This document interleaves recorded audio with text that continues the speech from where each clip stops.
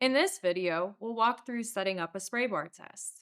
If you like unboxing videos, this is the ACM unboxing. Each spray bar setup includes a spray bar, flow meter, a hose with PVC connector, a submersible pump, Velcro straps, angle irons, and compressible weather stripping. You'll also need plumbing tape to secure around the threads to ensure no seepage.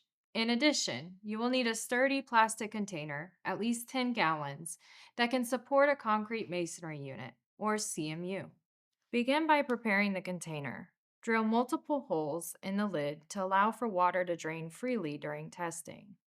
Make at least a 1-inch hole in the side of the container above the water line for the hose and electrical cord to pass through.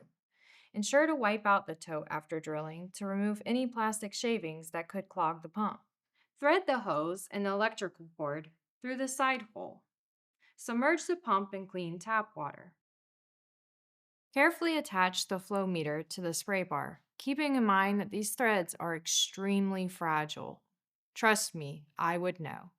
You should only hand tighten the flow meter to the spray bar to avoid damaging it. Attach the PVC hose connector to the black dial end of the flow meter. With the lid on the container, position the angle irons on the top. Apply the compressible weather stripping to the angle irons. This prevents water from curling or pooling underneath the block during testing, which can cause inaccurate results of dampness. If you have trouble keeping the compressible weather stripping on the angle iron, you can also use double-sided tape to secure it. Set the CMU on the angle irons, ensuring the front angle iron sits directly beneath the face shell to be sprayed. Attach the spray bar to the CMU using 2 Velcro strips. If you're having difficulty with the Velcro, clamps are a good alternative. Make sure the spray bar is level, positioned about 1.5 inches from the CMU face. Connect the pump to power and adjust the black dial on the flow meter to a flow rate of 2 gallons per minute. Confirm the rate using the indicator on the back of the flow meter. Spray the CMU continuously for 4 hours.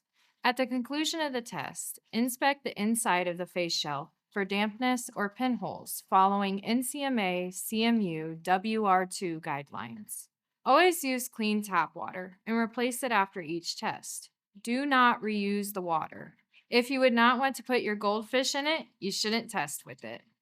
Clean the container between tests without soap or surfactants, as these can interfere with water repellency results. This completes the ACM Rain Block Spray Bar test setup.